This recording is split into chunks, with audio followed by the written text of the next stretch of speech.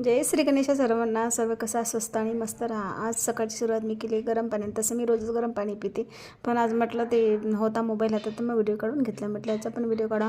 आणि नंतर मी केलेला आहे छान असा उपमा, रव्याचा उपमा केलेला आहे. रवा आधी छान भाजून घेतला, कांदा चिरून बारीक चिरून ते टाकून व मस्त तो असा खायला घेतला. छान झाला होता उपमा करून नाश्ता करून घेतला. नंतर आज आम्ही वेगवेगळ्या प्रकारच्या डिश केल्या. म्हटलं करून पाहावे. आधी केक करून पाहिला पण त्याचा पचका झाला, ते काही जमलं नाही. नंतर मुलीने माझी बालुशाही केली, ती छान झाली होती. व नंतर मग दुपारचे थोडे मी भजे करून मी भाजी पण खाल्ली, आलूचे भजे करून घेतले होते.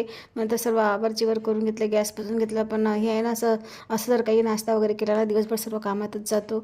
आधी सर्व चकचक करून घेतलं, नंतर परत मग स्वयंपाक करायचा दुपारचा. त्यासाठी मी डाळ भिजू घातलेली होती. नंतर मग ती डाळ छान वाटून घेतली. असं म्हटलं तर कढी करावे, आंबट असं काहीतरी खावं वाटत होतं. याच्यामुळे ना तोंडाला चवच येते. आपलं तोंड जर खराब झालेलं असेल तर छान असं लागतं. हिरव्या मिरची ते खूप छान होतात. ते आता आज काही हिरव्या मिरच्या नव्हत्या, त्यामुळे लाल चटणीतच केलेली आहे थोडेसे, त्याच्यामुळे ते वेगळीच. ते हिरव्या मिरची जर केले ना तर दिसायला पण खूप छान होतात आणि खायला पण चविष्ट होतात. याच्यासोबत आज पोळ्याच करायच्या आहेत. तशा आम्हाला भाकरी आवडतात, पण मुलांना भाकरी आवडत नाही, त्याच्यामुळे म्हटलं एकच करायचं म्हणून आज पोळ्याच केलेल्या आहेत.